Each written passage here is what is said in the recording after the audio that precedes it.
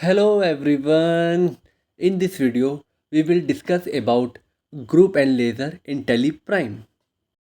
Group और laser को समझने से पहले हमको अकाउंटिंग मास्टर को समझना होगा। तो टैली प्राइम में अकाउंटिंग मास्टर क्या है?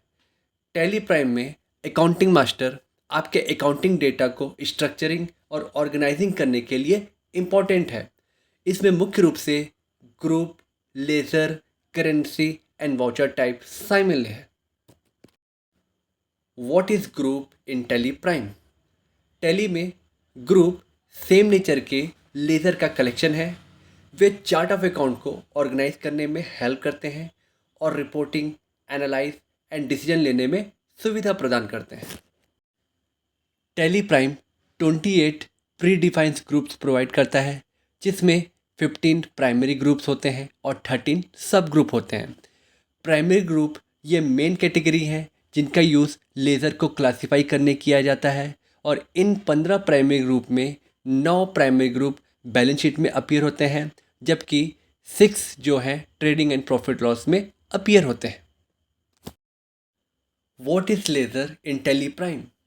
एक लेज़र आपके ट्रांजेक्शन को आइडेंटिफाई करने के लिए एक्चुअल अकाउंट हेड है। इसका यूज़ अकाउंटिंग वाउचर में किया जाता है। कैश और प्रॉफिट और लॉस प्री डिफाइंड लेज़र होते हैं। बिजनेस में जो भी आप ट्रांजेक्शन करेंगे, उस ट्रांजेक्शन में जो भी लेज़र अकाउंट निकलते हैं, इन 5 मेन हेड में से ही निकलेंगे।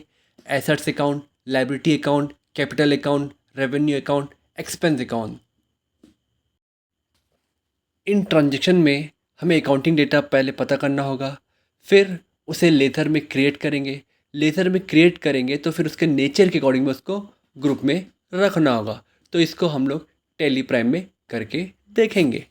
अब ट्रांजेक्शन को रिकॉर्ड करना है तो सबसे पहले हमको मास्टर के क्रिएट में एंटर प्रेस करना होगा, फिर अकाउंटिंग मास्टर के लेज़र में एंटर प्रेस करना होगा, फिर यहाँ पे लेज़र क्रिएशन में जो भी ट्रांजेक्शन होंगे उसमें लेज़र का नेम लिखना होगा और उसके अंडर यानी कि ग्रुप को सेलेक्ट करना होगा। तो पहला ट्रांजेक्शन जो है, इसमें SRK ने बिजनेस स्टार्ट किया है कैश से, तो इसमें 2 लेज़र निकल रहे हैं, कैश अकाउंट और एक SRK कैपिटल अकाउंट। तो कैश का बाय डिफॉल्ट बना होता है, तो हमको बनाने की जरूरत नहीं है। सेकेंड हम बनाएंगे SRK कैपिटल अकाउंट। ये लेज़र हमने बनाया। अब इसका जो ग्रुप होगा अंडर कैपिटल अकाउंट में होगा। एंटर प्रेस करेंगे, फिर कंट्रोल लेकर के एक्सेप्ट कर लेंगे। उसके बाद दूसरा ट्रांजेक्शन है cash deposit into SBI bank. 10,000 deposit कर रहे हैं। तो ये जो ट्रांजेक्शन हुआ, इस ट्रांजेक्शन में से 2 हमारे लेज़र अकाउंट निकलेंगे, एक कैश अकाउंट और एक SBI बैंक अकाउंट। कैश का बाय डिफॉल्ट बना होता है, तो इसको हमको बनाने की जरूरत नहीं है। सेकेंड हम बनाएंगे SBI बैंक अकाउंट। ये हमारा लेज़र हुआ है। अब ये लेज़र का अंडर ग्रुप में देखो 28 आपको ग्रुप दिखाई दे रहे हैं। आपको पहले SBI बैंक का ये देखना होगा कौन सा है, बैंक अकाउंट। फिर कंट्रोल लेकर के एक्सेप्ट कर लेंगे। फिर थर्ड है हमारा सैलरी पेड टू रवि, जो कि स्टाफ है, उसको 8,000 हमने पे कर रहे हैं। तो यहाँ पे ट्रांजेक्शन में से हमको 2 अकाउंट यहाँ पे दिख रहे हैं, यानी 2 लेज़र दिखाई दे रहे हैं, एक सैलरी अकाउंट और एक कैश अकाउंट। कैश का बाय डिफॉल्ट बना है, तो हमको बनाने की जरूरत नहीं है। हमको यहाँ पे सैलरी अकाउंट लिखना होगा।